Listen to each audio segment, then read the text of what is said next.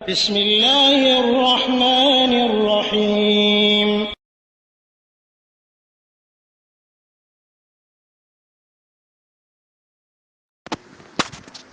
بسم الله الرحمن الرحيم الحمد لله رب العالمين والصلاة والسلام على أشرف الأنبياء والمرسلين نبينا محمد وعلى آله وأصحابه أجمعين أما بعد। ওয়ালাইকুম আসসালাম রহমতুল্লাহ বরকাতুহ। সমাজ ভাই, আপনি যে প্রশ্ন করেছেন যে একজন লোক মারা গেছেন এবং ওনার সন্তান এবং স্ত্রী রেখে গেছেন, এবং টাকাগুলো তার বোন বা ভাই যারাদের কাছে পাঠানো হচ্ছে। ইসলামের দৃষ্টিতে নিয়ম হচ্ছে, একজন লোক মারা গেলে তার যদি ছেলে আবার মেয়ে থাকে, ছেলেও থাকে যদি মেয়েও থাকে, সেক্ষেত্রে তার মা যদি থাকে, যে লোকটা মারা গেছে তার মা যদি থাকে, মা বাপ থাকে, তার মা বাপরা এই সম্পত্তির শুধু মা বাপরা পাবে 6 ভাগের 1 ভাগ। ছেলে মেয়ে থাকলে শুধু মা বাপ পাবে, আর কেউ পাবে না, অন্য আত্মীয়।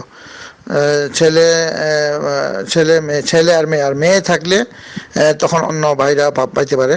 কিন্তু ছেলে মেয়ে দুটা থাকলে তাহলে এই সম্পত্তির 6 ভাগের 1 ভাগ পিতা মাতা পাবে, মানে মাও 6 ভাগের 1 ভাগ পাবে, বাপও 6 ভাগের 1 ভাগ পাবে। তারপরে বাকি যে সম্পত্তি আছে সেই সম্পত্তির থেকে 8 ভাগের 1 ভাগ স্ত্রী পাবে। এই লোকের যে স্ত্রী আছে সে পাবে 8 ভাগের 1 ভাগ। আর বাকি সমস্ত সম্পত্তি দুই 3 ভাগ করবে, 3 ভাগ করে 2 ভাগ ছেলে নিবে যদি একটা ছেলে থাকে, আর 1 ভাগ নিবে মেয়ে। মানে এখানে ছেলে মেয়েদের সাথে বাকি সমস্ত সম্পত্তি যে ছেলে মেয়েরা থাকলে ছেলেরা পাবে 2 ভাগ করে, আর মেয়েরা পাবে 1 ভাগ করে, আর অন্য কেউ পাবে না। আর যদি শুধু মেয়ে থাকে, ছেলে না থাকে তাহলে এই ছেলে মেয়ে পাবে অর্ধেক সম্পত্তি, বাকি অর্ধেক সম্পত্তি, আর বাকি সম্পত্তিগুলা তার তার এই বাপের যে ভাই আছে পাবে, এরা পাবে, ভাই বোনরা 1 ভাগ, ভাইরা পাবে, ছেলেরা 2 ভাগ, ছেলে ভাইরা পাবে, 1 ভাগ মেয়েরা পাবে। এটা যদি ছেলে না থাকে, তাহলে এটাতে আল্লাহ রাব্বুল আলামিন পবিত্র কোরআনে সূরা নিসার মধ্যে এটা বন্টন করে দিয়েছেন। ইসলামের যে বন্টন সেই অনুযায়ী আপনাকে বলা হলো। এইভাবে আল্লাহ রাব্বুল আলামিন একটা লোক মারা গেলে তার সম্পত্তির বন্টন সরাসরি আল্লাহ রাব্বুল আলামিন নিজে বন্টন করছে। এটাকে বলা হয় যে ফারায়েদ বা ইসলামী সম্পত্তির বন্টন ব্যবস্থাপনা, যেটা কোরআনে আছে।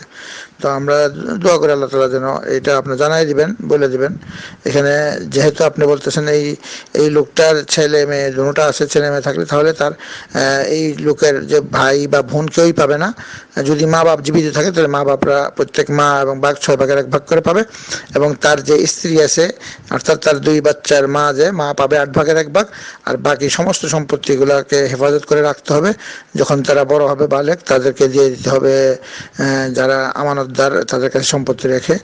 এই সম্পত্তিগুলো মধ্যে 2 ভাগ ছেলে পাবে আর 1 ভাগ মেয়ে পাবে, সমস্ত সম্পত্তি। আল্লাহ রাব্বুল আলামিন সমস্ত মুসলমানদেরকে দ্বীন ইসলামের বিধানগুলো জানার এবং